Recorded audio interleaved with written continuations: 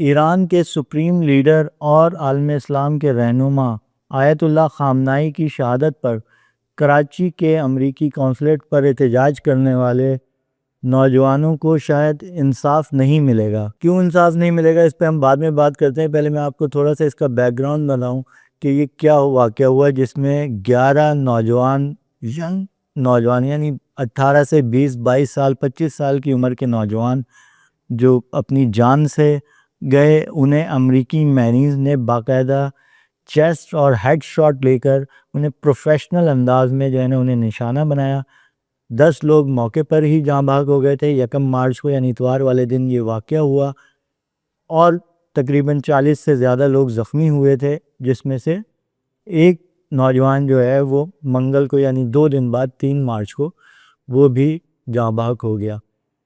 اس واقعے کے بعد جو ہے کہ یہ واقعہ کیوں رونما ہوا، اس پہ کون ذمہ دار تھا، کیوں ان نوجوانوں کو روکا نہیں گیا امریکن قونصلیٹ جانے سے، اس حوالے سے سندھ پولیس میں اور سیکیورٹی اداروں میں بڑی کھلبلی رہی۔ لیکن ایسا لگتا ہے کہ اب یہ معاملہ آہستہ آہستہ دبتا جا رہا ہے۔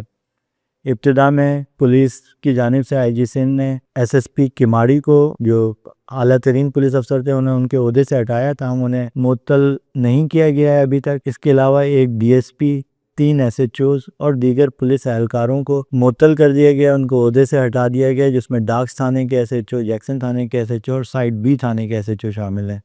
اور ایک ڈی ایس پی شامل ہیں۔ اس کے علاوہ پولیس نے 3 مقدمات درج کیے اس دن جو ہنگامہ آرائی جاری ہوئی۔ یہ صبح تقریباً 10 بجے یہ احتجاجی سلسلہ شروع ہوا، جس وقت پہلے یہ نوجوانوں کا ایک دستہ جو چند 100 نوجوان تھے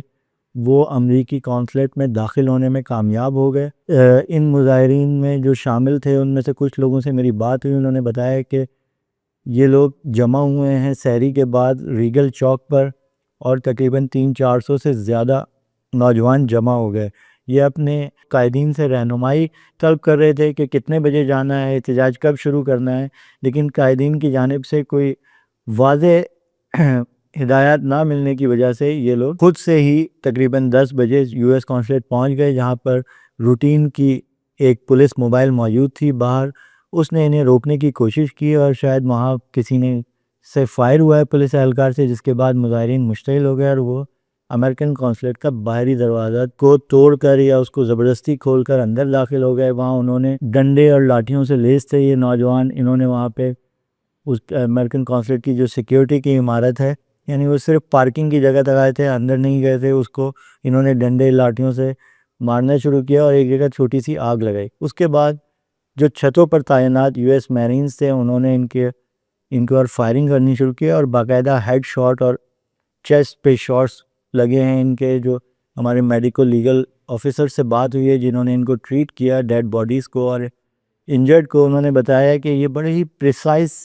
شاٹس ہیں جن میں جو ہے تقریباً 0.5 سینٹی میٹر کی انٹری اور ایگزٹ واؤنڈز ہیں۔ تقریباً تمام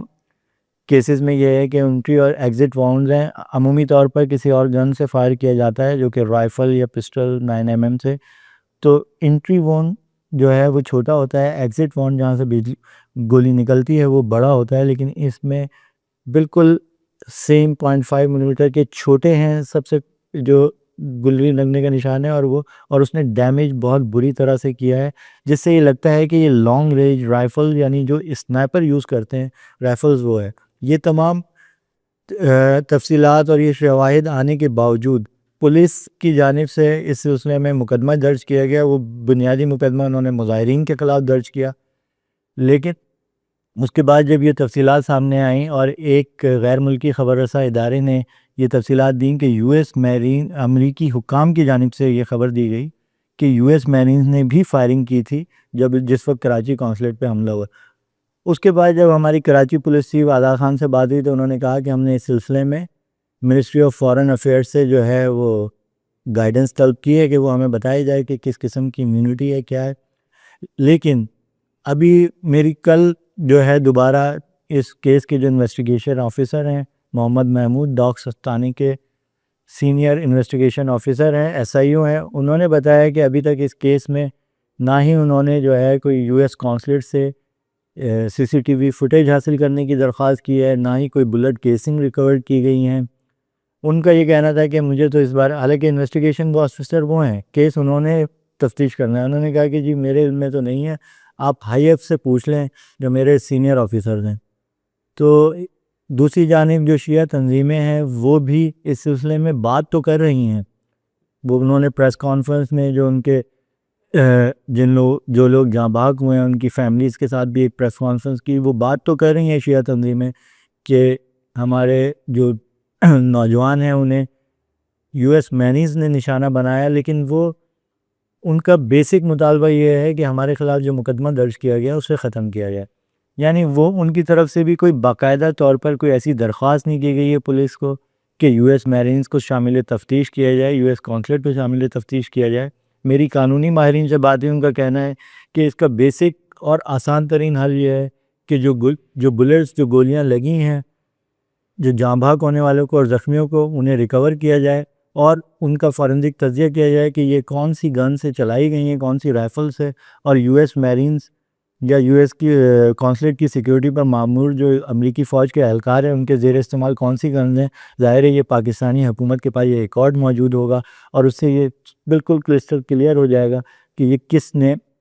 یہ گولیاں چلائیں اور کس کی فائرنگ سے یہ مظاہرین جاں بحق ہوئے۔ ناظرین، اس سلسلے میں آپ کو مزید تفصیلات سے آگاہ کرتے رہیں گے۔ آج کے لیے اجازت دیجیے، شکریہ۔